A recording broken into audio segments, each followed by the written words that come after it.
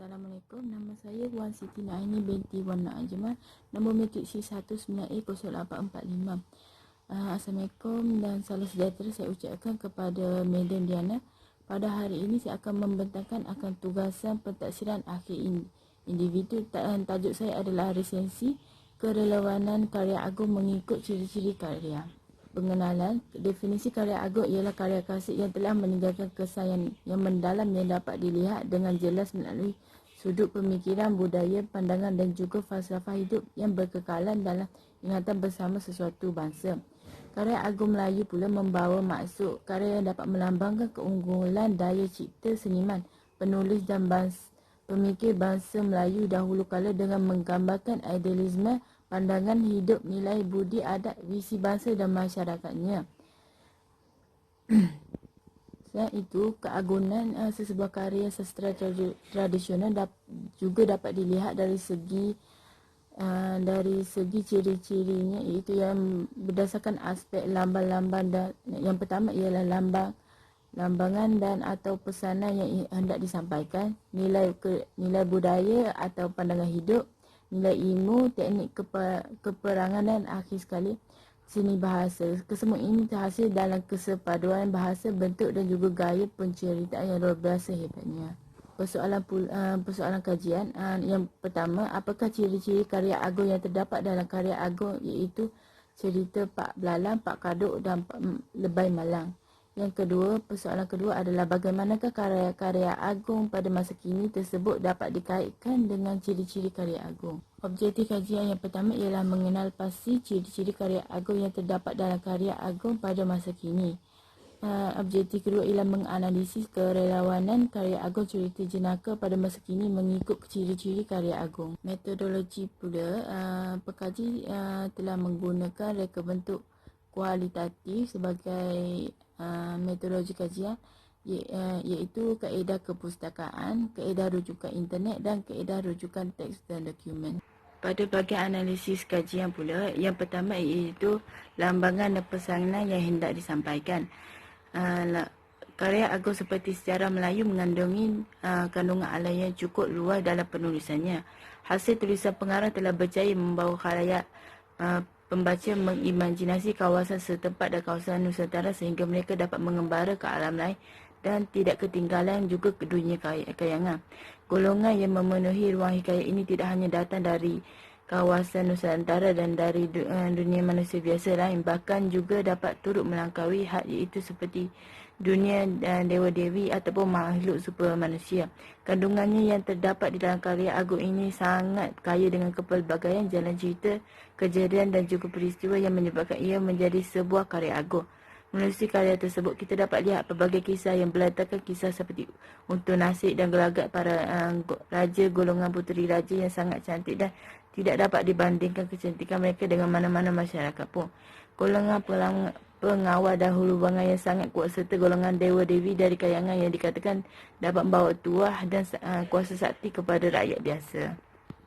Melalui contoh petikan cerita Pak Belalang di halaman 102, kita dapat lihat melalui watak yang bernama Nabi Allah Khidzir, kutub alam yang memiliki kelebihan yang mana beliau telah mengajar Pak Belalang akan isim Allah Ta'ala, iaitu tangkal yang ditakutkan oleh jin bagi menyelamatkan Tuan Puteri yang diculik oleh jin.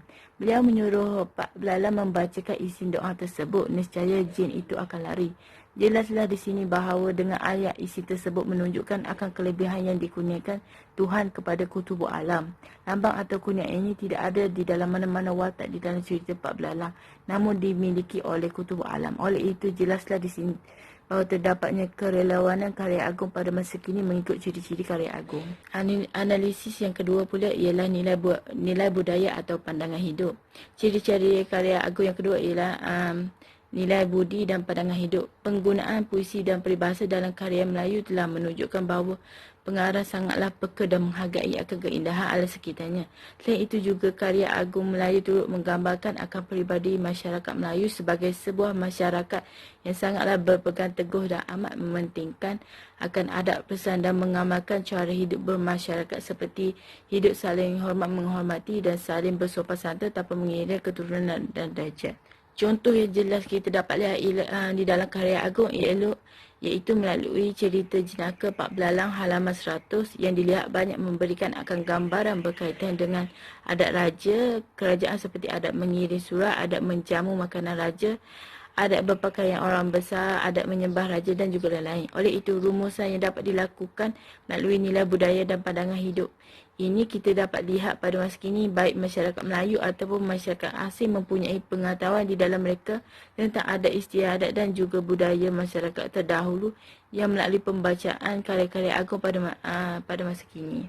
Analisis yang ketiga iaitu nilai ilmu. Ilmu berasaskan kepada pengalaman dan pemerhatian sangatlah penting jika ingin dibandingkan dengan ilmu yang bersifat abstrak. Nilai sesebuah karya dapat dinilai dan digambarkan melalui perkataan pandai. Contohnya pandai besi, pandai keris dan pandai emas. Selain itu juga ilmu firasat, ilmu misi dan ilmu bahasa juga ada diketengahkan dalam karya agung Melayu. Contoh yang dapat kita lihat ialah melalui petikan cerita jenaka Pak Belalang halaman 98.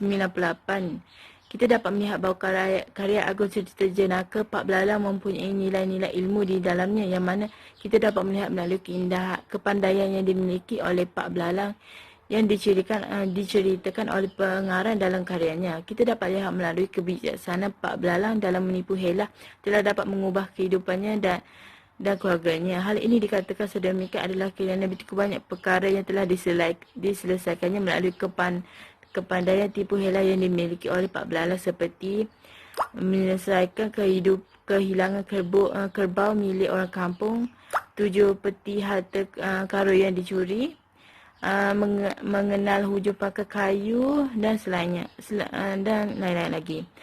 Selain itu juga melalui ilmu farasat kita dapat lihat bagaimana di penghujung cerita di akhirnya tekaan Pak Belalang akan benda yang terdapat di dalam genggaman tangan baginda raja sewaktu sedang menaiki gajah dan masuk bermain dengan baginda raja dalam kebun dusun durian adalah benar. Itu jawapannya adalah belalang. Pak Belalang telah berjaya menjawab pertanyaan baginda disebabkan oleh Pak Belalang yang memanggil nama anaknya Pak Belalang dan berkat yang dikurniakan Allah Subhanahu Wa Taala kerana Pak Belalang yang sentiasa menolong masyarakat melalui pekerjaannya iaitu alih nujum walaupun beliau menipu. Oleh itu jelaslah di sini bahawa terdapat kerelawaan akan karya agung pada masa kini mengikut ciri-ciri karya agung. Analisis yang keempat pula ialah teknik kepengarangan. Keagungan karya-karya Melayu dapat lihat melalui kebijaksanaan pengarangnya dalam mengarang karya mereka. Pada mulanya, pengarang karya tradisional yang kebanyakan tidak ketahui namanya adalah merupakan pewaris cerita. Oleh itu, perkataan atau ucapan seperti Alkisah maka tersebutlah dapat menggambarkan bahawa karya tradisional ini adalah milik bersama anggota masyarakat Melayu. Teknik warisan bercerita merupakan ciri yang menonjol dalam sesebuah karya Melayu tradisional. Pengarang memanfaat pelbagai kaedah seperti menerapkan unsur humor, romantis, realisme, idealisme, kias barat, teknik orang ketiga dan teknik didaktik bagi memperbanyakkan lagi teknik bercerita.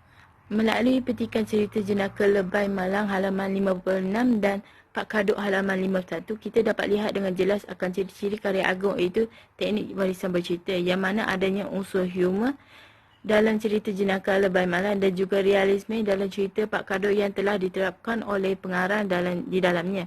Unsur humor diterapkan bertetapan dengan karya agung itu yang lebih dikenali dan dipanggil sebagai cerita jenaka. Unsur humor ditetapkan di dalam karya agung kerana seperti yang kita sedia maklum, ianya merupakan sebuah cerita dan juga karya sastra yang menjadi salah satu hiburan kepada masyarakat terdahulu. Manakala unsur realisme pula diterapkan pengarang di dalam cerita agar masyarakat dapat melihat dan merasai akan realiti akan kesan dan akibat yang akan berlaku akibat perbuatan dan kelakuan seseorang itu ke atas diri mereka. Pengarang dan pencerita ingin masyarakat mengambil pengajaran di setiap cerita yang disampaikan di samping berhibur. Oleh itu jelaslah di sini bahawa kerelawanan karya agung pada masa kini mengikut ciri-ciri karya agung. Dan akhir sekali iaitu seni bahasa. Ciri-ciri karya agung, nilai seni bahasa hampir mempunyai kesamaan dengan teknik kepengarangan. Seniman sastra tradisional Melayu telah berjaya menonjolkan dan memperlihatkan akan keupayaan penguasaan bahasa yang luar biasa dan berbeza dari yang lain, yang mana mereka dapat menggunakan bahasa Melayu secara kreatif dan realistik. Menurut Muhammad Rashid Muhammad Idris 2014 mengatakan penggunaan seni bahasa dalam karya agung menampakkan unsur kreatif dan keindahan. Sulaman, gurindam, pantun, sloka, syair, peribahasa dan sebagainya dapat menyampaikan maksud dengan lebih berkesan di samping dapat mengindahkannya. Melalui petikan cerita jenaka Pak Belalang halaman 104 dan juga Pak Kaduk halaman 52 di atas sangatlah jelas menampakkan akan nilai seni bahasa di dalam penulisannya. Pengarang telah menggunakan bahasa Melayu klasik lama dan juga bahasa istana di dalam karya agung ini. Penggunaan bahasa Melayu klasik dalam jalan penceritaan telah menimbulkan akan kesan keindahan dalam penggunaan ayat mereka. Selain itu, nilai seni bahasa dapat dilihat melalui cerita jenaka Pak Kaduk yang mana pengarang telah menerapkan dan menyelit seloka di dalam karya agung supaya dapat menyampaikan maksud cerita dengan lebih berkesan di samping dapat mengindahkan cerita tersebut. Oleh itu, jelaslah di sini menunjukkan akan kerelawanan karya agung pada masa kini mengikut ciri-ciri karya agung. Kesimpulan daripada kajian ini adalah melalui ciri-ciri karya agung kita dapat lihat pada masa kini baik masyarakat Melayu ataupun masyarakat asing mempunyai pengetahuan di dalam mereka tentang karya agung yang dapat memaparkan adat istiadat dan juga budaya masyarakat terdahulu yang dapat dilihat dengan jelas melalui pembacaan karya-karya agung yang ada pada masa hari ini. Cerita jenaka ini juga bukan hanya digunakan sebagai alat untuk hiburan semata-mata, tetapi ianya juga dijadikan sebagai media untuk menyampaikan sesuatu pengajaran dan nilai kepada masyarakat. Harapan pekaji semoga karya-karya agung ini dapat dikekalkan, dimanfaatkan sebaik yang mungkin oleh masyarakat dan diperturukan dari satu generasi ke satu generasi yang lain. Sekian saja daripada saya. Terima kasih.